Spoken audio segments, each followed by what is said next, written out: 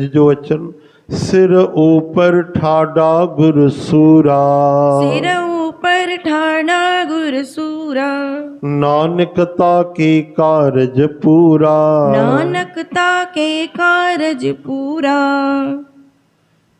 सतगुरु चवनि था कि जंहिंजे मस्तक ते पाण शूरवीर सतगुरु रक्षा कंदो हुजे, जंहिंजे मस्तक ते पाण भी करे शूरवीर सतगुरु रक्षा कंदा हुजनि, उन जा सब कारज पूर्ण था थियनि, सफल था थियनि। चओ हरे राम। हरे राम। सूर्य यानी शूरवीर, सिर यानी मस्तक, यानी जंहिंजे मस्तक ते चवंदा आहिनि न, सिर मस्तक रक्षा पार ब्रह्म, त जंहिंजे मथे ते पाण भगवान सुरक्षा ॾेई रहिया आहिनि, रखवाला थी करे उहे शूरवीर पाण कृपा करे रहिया आहिनि, बचाए रहिया आहिनि, त ॿुधायो उन जो कहिड़ो कारज बाक़ी रहंदो? उन जा सभु कारज सिद्ध थी वेंदा आहिनि, सभु कारज उन जा पूरा थी वेंदा। सूर्य यानी शूरवीर, बहादुर। सतगुरुअ खे हिते शूरवीर छो चयो वियो आहे? कि उन्हनि जे अंदरि सभु तरह जो बल आहे, दैहिक, भौतिक, आध्यात्मिक, यानी उहे संसार जी बि भलाई करे था सघनि ऐं परलोक जी बि भलाई करे था सघनि। जंहिंजे सिर ते पाण सतगुरु रक्षक ठही बीठा आहिनि, उन्हनि जो हे लोक बि सुहेलो, परलोक बि सुहेलो। चओ हरे राम। जिन घरनि में गुरुनि जा था पेरड़ा पवनि, से त घरड़ा सदाई वधनि ऐं वसनि। घर यानी हे हृदय, हा न। मकान खे घर न सम्झिजो, मकान त ठीकु आहे, ही त ॿाहिरीं ॻाल्हि आहे। मकान त जेके रहनि था उहे छॾे वेंदा मकान। यानी जंहिं पंहिंजे हृदय में सतगुरनि खे, संतनि खे वसायो आहे, उहे सदा हिते हुते सुखी था रहनि पिया। उन्हनि जा सभु कारज पूरा था थियनि। कहिड़ा कारज? कि हिकिड़ा त संसार जा कारज थींदा आहिनि, हे कमु थिए, हो कमु थिए, असांजा हे कारज, कथाऊं पढ़ी ॾिसो, उन्हनि जा कारज, संसारिक कारज बि भॻवान पाण पूरा कया आहिनि। भक्त नरसिंह राम मेहता जे लाइ भगवान पाण भेटाऊं खणी आया, राजा महाराजाउनि जहिड़ियूं। भगवान पाण अची करे उहो मायरो पूरो कयो, गुजराती में चवंदा आहिनि। पाण भगवान उन रूप में अची करे वेश बदिले सभु कार्य संपूर्ण कया। भेट सामग्री अहिड़ी ॾिनी कि वॾा वॾा राजा बि न ॾेई सघनि, कंहिं कल्पना बि न कई हुई। त न केवल भगवान मोक्ष ॾींदा आहिनि, न केवल पाण सां मिलाईंदा आहिनि, पर जंहिं भक्त जी जेकी भगवान परिस्थिति ॾिसंदा आहिनि, जंहिंमें उन जी भलाई हूंदी आहे, इहा ॻाल्हि यादि रखिजो, उहो कमु भगवान पाण कंदा आहिनि, पंहिंजे हथड़नि सां अची कंदा आहिनि। तंहिंजे करे सेवक सदा निश्चिंत थी वेंदो आहे, चिंता जाए। उहो अहंकार छॾे छॾींदो आहे कि मुंहिंजे करण सां थींदो, मिटाए अहंकार। उहो काथे वञी बीहंदो आहे? संसार जा सहारा छॾे करे उहो पंहिंजे हृदय सां, प्रभुअ सां गॾु वञी बीहंदो आहे। चओ हरे राम। उते कोई पहुची न सघे। अहिड़े भक्त जी भगवान पाण सतगुरु रक्षा कंदा आहिनि। सिर ऊपर ठाडा गुर सूरा, नानक ताके कारज पूरा। त उन जा हिन संसार जा कारज बि पूरा थींदा आहिनि ऐं परलोक जा कारज बि। ॾिसो भाई, असां दुकानदारी कंदा आहियूं त काॾे वेंदा आहियूं? मार्केट वेंदा आहियूं, बाज़ारि वेंदा आहियूं, पंहिंजो दुकानु खोलींदा आहियूं, हिसाब किताब कंदा आहियूं। कुझु हिसाब किताब बाक़ी रहिजी वेंदो आहे त दिमाग़ में टेंशन रहंदी आहे, हिते हे कमु करिणो आहे, 15 माण्हुनि खां पैसा वठिणा आहिनि, 10 माण्हुनि खे पैसा ॾियणा आहिनि, हे सामान ख़रीदी करणी आहे, हे सामान पहुचाइणा आहिनि, हे खाता अपडेट करणा आहिनि, हा न, हिन सां हे कमु बाक़ी आहे। चओ हरे राम।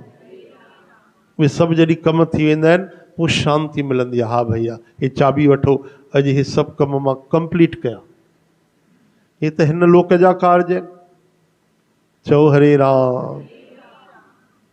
उहे पूरा थियनि तॾहिं चैन मिलंदो आहे।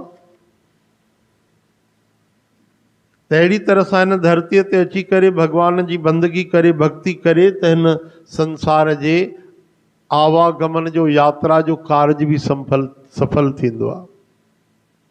कबीर साहब ॾाढी अद्भुत ज्ञान वारी वाणी चवंदा आहिनि। उहे चवनि था दीपक दीनो देह को, बाती दई अघट, पूरा किया बिसाहुणा, बहुर न आवो हट। हट संस्कृत शब्द आहे, सिंधीअ में बि पुराणी सिंधीअ में वॾा जेके हूंदा दुकान खे हट चवंदा हट ते वियो आहे, हा न। हट यानी दुकान बाज़ार। त कबीर साहब चवनि था भॻवान असांखे ॾीओ ॾिनो हिकिड़ो। कहिड़ो ॾीओ? ॾीओ त मिटीअ वारो हूंदो आहे। हा हा हे बि मिटी त आहे। केरु? शरीर। दीपक दीनो देह को। इन में वट कहिड़ी ॾिनी आहे परमात्मा? बाती दई अघट। वाह वाह, भॻवान वट अहिड़ी ॾिनी आहे, कपां वारी वट न, उहा त जली रख थी वेंदी आहे, थोरी देरि हलंदी आहे। लेकिन हीअ जेकी भॻवान वट ॾिनी आहे इहा बिना ॾीए जे बि हलंदी आहे। हूंदी त ॾीए खे रोशन कंदी, ॾीओ ख़तम बि थी वञे, टुटी बि पए, लेकिन इहा जेकी जोत आहे इहा कॾहिं बि विसामंदी न आहे। बाती दई अघट, कॾहिं घटिजंदी न आहे, थोरी बि ओतिरी जी ओतिरी हूंदी आहे। इहा कहिड़ी बाती आहे? आत्मा रूपी बाती दई अघट। पूरा किया बिसाहुणा। कबीर साहब चवनि था मां पंहिंजो व्यवहार, बिसाहुणा यानी व्यवहार, पंहिंजो उथण विहण, संसार जा जेके जन्म जा जीवन जा मनुष्य चोले जा जेके कार्य हुया, पूरा किया बिसाहुणा, उहे सभु व्यवहार उथणी वेहणी मां पूरी करे छॾी, कंप्लीट कई। हाणे छा थींदो? चवनि था बहुर न आवो हट। हट याने हिन दुकान में, हिन बाज़ार में मां वरी न ईंदुमि। कहिड़ी बाज़ार में? संसार रूपी बाज़ार में। हिन जगत रूपी जन्म मरण जे चक्कर में हाणे मां वरी न अचण वारो आहियां। अहिड़ा कबीर साहब बहादुर, अहिड़ा शूरवीर, अहिड़ा विश्वासी महात्मा थिया। चओ हरे राम। तॾहिं चवनि था पिया कि दीपक दीनो देह को, दीपक दीनो देह को, बाती दई अघट, बाती दई अघट, पूरा किया बिसाहुणा, पूरा किया विसाहुणा, बहुर न आवो हट, बहुर न आवो हट। इहो दोहो असां कॉलेज में पढ़ियोसीं, हिंदीअ में MA में कबीर साहब जी किताब, उन में इहो दोहो पढ़ियोसीं। वॾा वॾा गुरु जी जेके आचार्य पढ़ाइण वारा, जिन 20-20 साल पढ़ाई कई, उहे कबीर साहब जी वाणी पढ़ाईंदा आहिनि, ऐं उहे बि पूरो पूरो न सम्झंदा आहिनि। ऐं कबीर साहब चवनि था मस कागज़ छुओ नहीं, कि मां स्याहीअ खे ऐं पेन खे, कलम खे हथ ई न लॻायो आहे। त इहा विद्या काथों आई? तॾहिं चवनि था एके साधे सभु सधे। जिन भॻवान जी बंदगी कई उन्हनि खे अहिड़ी विद्या मिली वेंदी आहे कि वॾा वॾा पढ़ियल लिखियल अनपढ़ माण्हूअ जी वाणी पाण पढ़ाईंदा आहिनि ऐं पूरो पूरो उहो बि न सम्झी सघंदा आहिनि। चओ हरे राम। हरे राम। त कबीर साहब नंढे से दोहे में पंहिंजे मनुष्य चोले जे जन्म वठण जी ऐं उहो कार्य सफल करण जी ऐं मोक्ष पाइण जी 2 लाइनुनि में इहा पूरी ॻाल्हि चई छॾी। ऐं हिन मनुष्य जे चोले खे बि सम्झाए छॾियो ऐं आत्मा खे बि सम्झाए छॾियो। इन करे इहो दोहो मां तव्हां खां चवायो दीपक दीनो देह को बाती दई अघट, पूरा किया विसाहुणा बहुर न आवो हट। कोई कम अधूरो रहे त अचणो पवंदो आहे, हा न। चओ हरे राम। तव्हां पंहिंजो पर्स भुलिजी वेंदव, पंहिंजी गाॾी भुलिजी वेंदव त तव्हांखे वरी अचिणो पवंदो वापसि की सामान खणी वञो वापसि, ध्यानु एॾे लॻल हूंदो।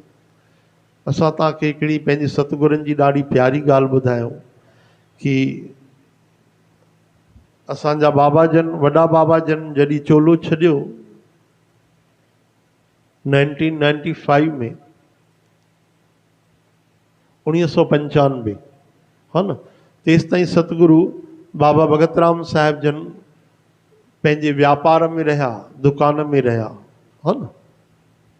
यानी उन्हनि जी भक्ति जेकी हुई उहा गोपनीय हलंदी तेसि ताईं, पंहिंजी दुकानदारी कंदा, पंहिंजो भॼन कंदा, सेवा कंदा, ठीकु आहे। वॾे बाबा जन चोलो छॾियो त पोइ पूरी तरह सां संसार खां अलॻि थी विया, दुकानदारीअ खां, व्यापार खां अलॻि थी विया।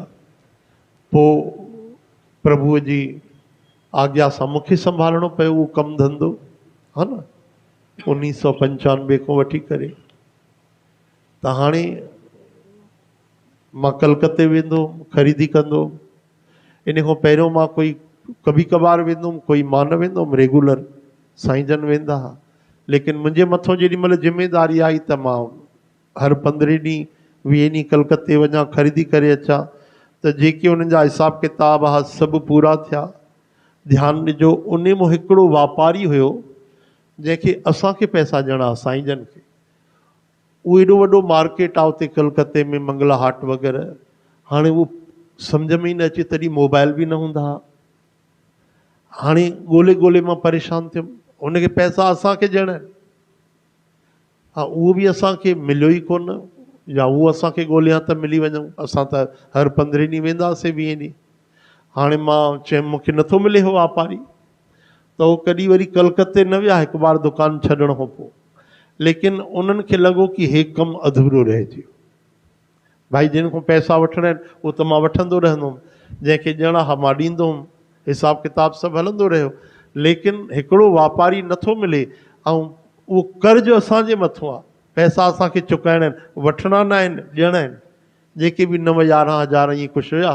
त पोइ वरी साईं जन वरी कलकत्ते विया, वापार करण जे लाइ न विया, लेकिन वापार खे पूरो करण जे लाइ विया। उहो पैसा ॾियण जे लाइ विया केवल। सम्झो उहो एॾो ख़र्च करे 2 ॾींहं लॻाए करे उहो उन वापारीअ खे विया ऐं ॻोल्हे वरितऊं, ऐं उनखे चयईं भैया हे वठि पंहिंजा पैसा, तूं पूरो कर, तूं पैसा नथो वठे, ध्यानु नथो ॾे, ऐं उहो ॻोल्हे नथो सघे तोखे। त पोइ उनखे पैसा ॾेई करे खातो पूरो कराया, फाइनल अकाउंट क्लोज़ कराया। पोइ उन्हनि खे शांती आई कि मुंहिंजी जेकी लेन देन हुई उहा मां पूरी करे छॾी। छो जो असांखे न मिले त काई ॻाल्हि न आहे, असांजा रहिजी विया त कोई ॻाल्हि न आहे, असांखे कोई ठगे वञे त काई ॻाल्हि न आहे, लेकिन कंहिंजी रक़म, कंहिंजो पैसो असांजे मथां न रहिजी वञे। कबीर साहब चवनि था, कबीरा आप ठगाइए, ठगिए ना कोई और, आप ठगे सुख होत है और ठगे दुख होए। तूं भले ठगाइजी वञ, पर ॿिए कंहिंखे कॾहिं न ठगजां। पाण ठगजी वेंदे न त तोखे सुख मिलंदो, छो जो तुंहिंजो कोई कर्म हुयो, निकिरी वियो। हा, ईअं तोखे रुपयो बि घटि न मिलंदो, लेकिन अगरि तूं कंहिंखे ठगींदे त उहो दुख रूपी ॿिज लॻी वेंदो। उहे दुख तोखे वरी वधीक रूप में भोगणा पवंदा। त ॾिसो, इहे संसार रूपी कार्ज बि संत अधूरी न छॾींदा आहिनि, पूरो करे छॾींदा आहिनि, हा न। त अहिड़ी तरह सां असांखे बि मनुष्य जन्म वठी करे ऐं भॻवान जो भॼन करणु खपे। सेवा सिमरन जेके बि शुभ शुभ भॻवान खे मिठा था लॻनि, प्रभु जी आज्ञा आहे, उहे कारज, उहे कर्म योग असां सफल कयूं। ईअं सफल कयूं कि वञी करे वरी वापसि न अचिणो पए। ॾाढो दुखदाई आहे, बार बार जीवन, बार बार मरण, वरी वरी गर्भ में अचणु। नंढी सी ज़िंदगी कीअं थी गुज़री वञे। कीअं आर्तवार गुज़री वियो पिछले हफ़्ते जो, ॾिसो कीअं गुरुवार गुज़री वियो, कीअं एकादशी अची थी वञे, समय गुज़रंदो थो वञे। इन करे सिर ऊपर ठाडा गुरसूरा, नानक ताके कारज पूरा। सदा उन्हनि जो सहारो, उन्हनि सतगुरनि जी कृपा रहे। सर्व साध संगत जा सभु कारज रास थियनि। मन में अहंकार न अचे मुंहिंजे करण सां थियो, मन में अभिमान न अचे त मां कयो, न न, सतगुरनि शूरवीर सतगुरनि रक्षा कई, कृपा कई, सभु कारज उन्हनि पूरा कया, मुंहिंजे गोविंद पूरा कया, प्रभुअ कृपा कया।